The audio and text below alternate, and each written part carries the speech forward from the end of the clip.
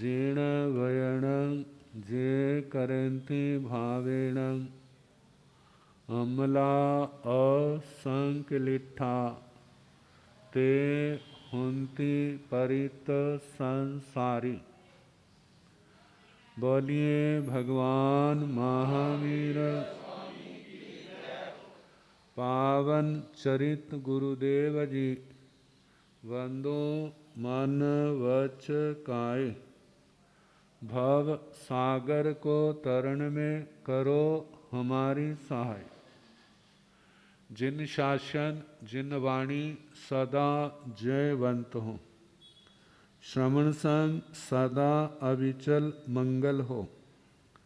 मुक्ति को प्राप्त श्रमण भगवान महावीर स्वामी, उनकी परम पावन कल्याणी भागवती वाणी वाचक प्रमुख श्री इंद्र भूति गौतम आदि गणधर भगवंत जुग प्रधानाचार्य परम पूज्य श्री सुधर्मा स्वामी जी महाराज, उनकी परम पावन पाठ परंपरा वर्तमान आचार्य ध्यान योगी परम पूज्य श्री शिव मुनि जी महाराज एवं गुरुजन सबके पावन चरण सरोजों में मेरा अनंत अनंत बार वंदना नमस्कार।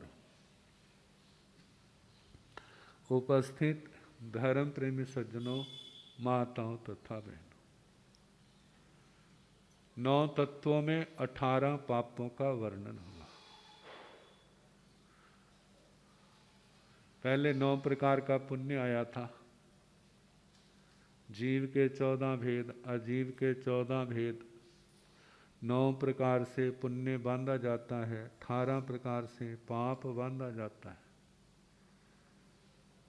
42 प्रकार से पुण्य भोगा जाता है और 82 प्रकार से पाप भोगा जाता है। जितने भी दुख है सुख है, दुख का मूल व्यक्ति के द्वारा किया गया पाप कर्म है और सुख का मूल व्यक्ति के द्वारा किए गए पुण्य कर्म है। अब ये पुण्य और पाप एक क्रिया रूप है और एक पुद्गल रूप है, जिसको सामान्य लोग संस्कार कह देते हैं। कहते हैं एक भगवान की फोटो देखता है तो बड़ा प्रसन्न होता है और एक देखता है तो उसको कोई असर नहीं पड़ता और किसी को डर भी लगने लग जाता है।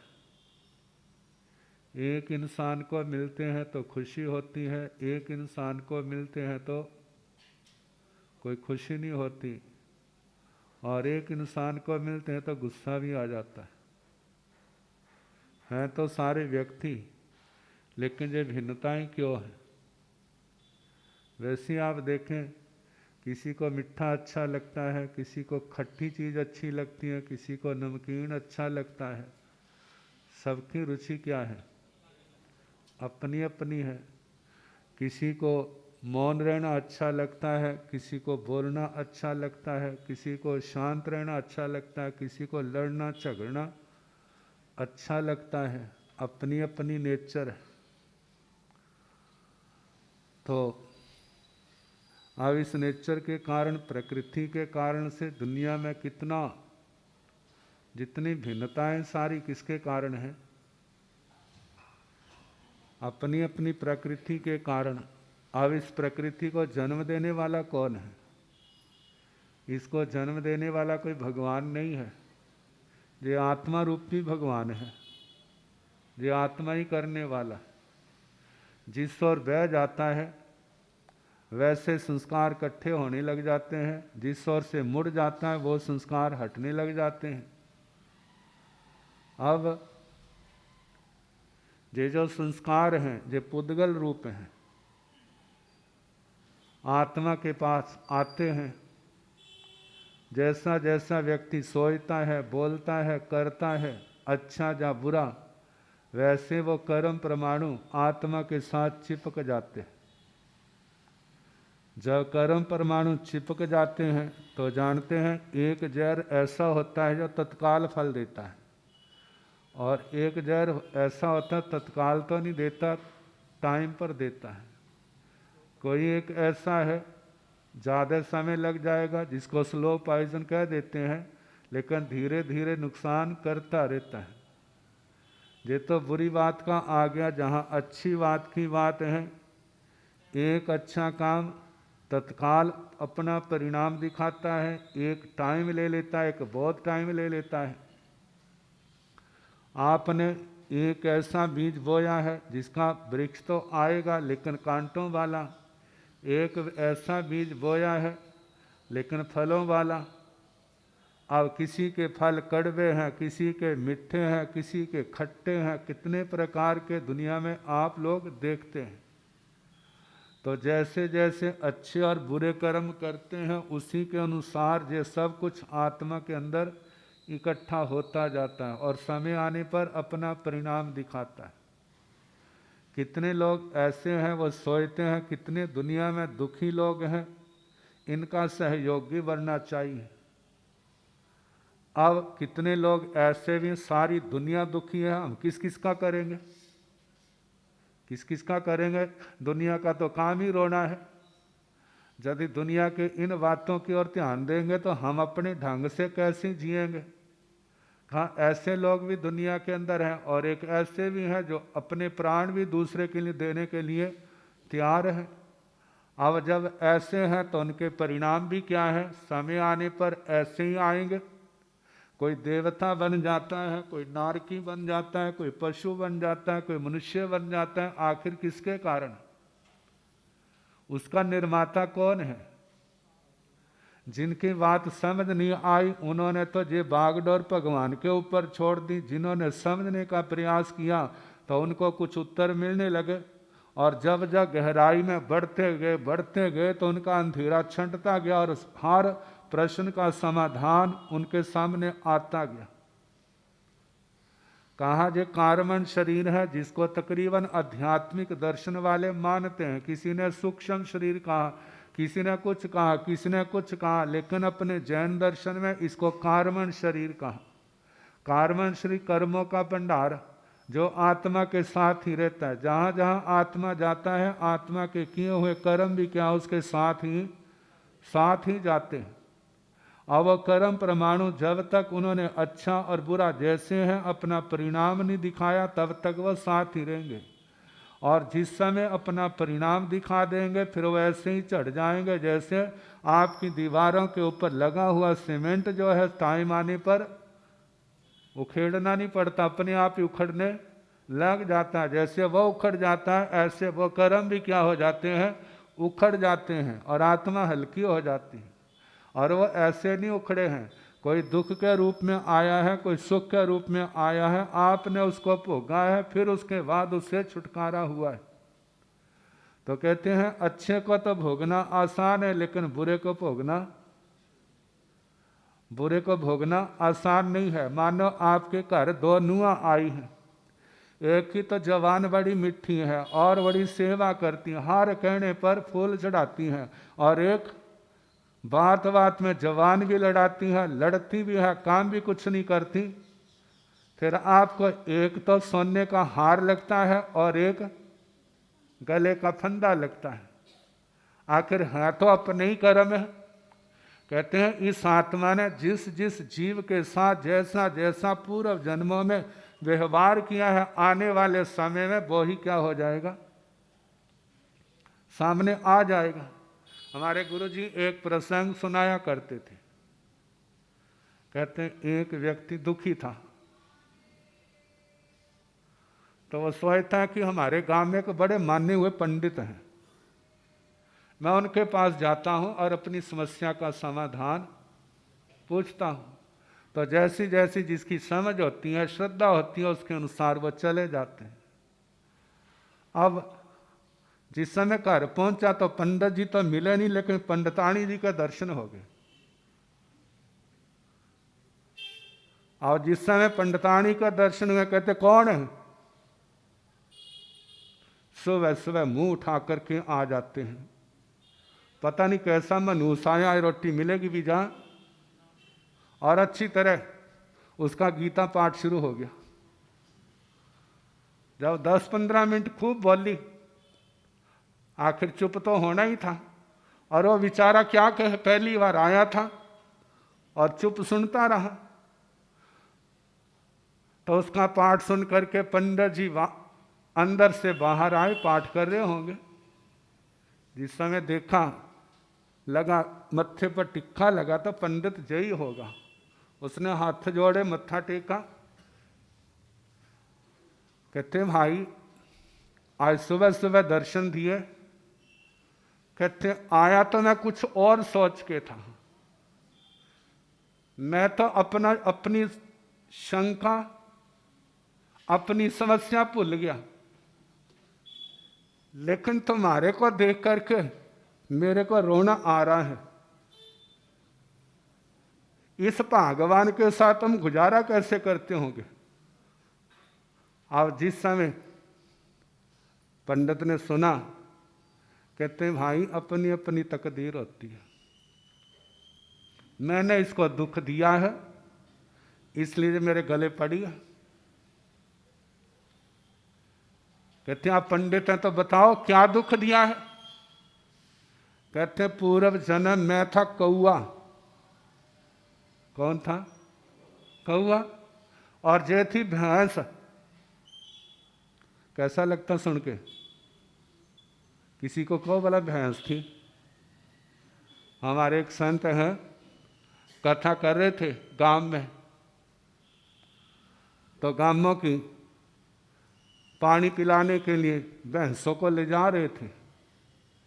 तो सुन रहे, कहते हो बाहर देखो, क्या देख रहे हैं?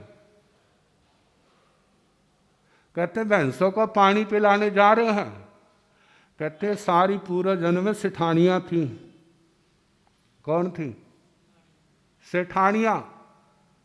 कहते हैं? कहते हाँ। कहते फिर? कहते इन्होंने धर्म ध्यान नहीं किया, भगवान गुरुओं की बात नहीं सुनी, इसलिए क्या बनी है? क्या बनी है? तो आपने तो नहीं बढ़ना। कहते ना महाराज हमने नहीं बढ़ना। कहते देख लो, मैं तो आपको सुनाता हूं, लेकिन कितना सुनते हो, कितना कहना मानते हो। कहना मानोगे तो तुम्हारा नंबर नहीं आएगा, नहीं तो जे मरेंगे और तुम्हारे इसी संख्या में तुम क्या हो जाओगे, इसी संख्या के अंदर मिल जाओ। तो पंडित जी कहने लगे मैं था कौआ और ये क्या थी? भैंस। मैं भी मूढ़ था, जय भी मूढ़ थी, और मैं इसकी पीठ पर बैठ जाता और अपनी चोंच बार बार इसकी पीठ पर मारता और ये तड़फती और मैं उड़ जाता, फिर खड़ी होती, फिर आ जाता। कहते वह जितनी चोंचें मारी हैं बदला तो देना ही पड़ेगा। मैं तो जहां आपके सामने पंडित के रूप में है और जे पत्नी के रूप में है। कहते दुनिया जितनी चल रही है जो इन्हीं कर्मों के अनुसार चल रही है। किसी ने लेना है और किसी ने देना है। लेने वाले ने कोई भी रूप लेके आ सकता है और देने वाला किसी भी रूप में आ सकता है। अब ये बातें तो सामान्य है, इनको हम समझें तो हम दें, क्या दें? जो हम लेना चाहते हैं। जो हम लेना नहीं चाहते उसको देने का भी प्रयास ना करें। हम लें जो दूसरा देना चाहता है। अच्छा लेना चाहते हैं, बुरा नहीं लेना चाहते, तो कहा किसी को बुरा दो भी ना। तो ये कर्म आत्मा के साथ बंध जाते। ये कर्म परमाणु जड़ है, लेकिन आत्मा के साथ जैसे शरीर के ऊपर चिकनी चीज लगी है तो धूल मिट्टी कट्टा जम जाता है, ऐसे आत्मा के साथ कर्म प्रमाणु भी चिपक जाते। अब समय आने पर प्रभाव देंगे। अब हमें देखना है हमें क्या करना है। यदि हमारे ख्यालात अच्छे हैं, हमारा कर्म अच्छा है, तो हमारा बंध अच्छा होगा। यदि हमारे विचार अच्छे नहीं, हमारा कर्म अच्छा नहीं, हमारी जबान अच्छी नहीं, तो हमारे कर्म भी अच्छे नहीं होंगे। अब हमें सोचना है हमें क्या चाहिए, हम क्या करते हैं। कहते हैं हमारे चाहने से नहीं कुछ मिलेगा, जो हम करेंगे वो मिलेगा। जो करेंगे आत्मा करेगी वो ही मिलेगा, जो नहीं करेगी वो नहीं मिलेगा। ऐसा नहीं है पाप कोई और करे और भोगे कोई और, धर्म कोई और करे भोगे कोई और, ऐसा नहीं है। जो करेगा उसी से उसका, उस क्रिया का, उस कर्म का उससे संबंध होगा। अब ये कर्म कैसे बंद, कैसे आते? आने का नाम शास्त्रों में आश्रव कहा और रोकने का नाम संबर का। आपने अच्छा काम किया पुण्य का बंध होगा, आपने गलत काम किया तो पाप का बंध होगा। रोकना तो दोनों का है, यदि परमात्मा के स्वरूप को पाना है। लेकिन पहले हम पाप को रोकें, क्योंकि वो अच्छा नहीं लगता, वो दुखदाई। पाप को रोकें, फिर उसके बाद धीरे धीरे पुण्य भी क्या हो जाएगा, रुक जाएगा।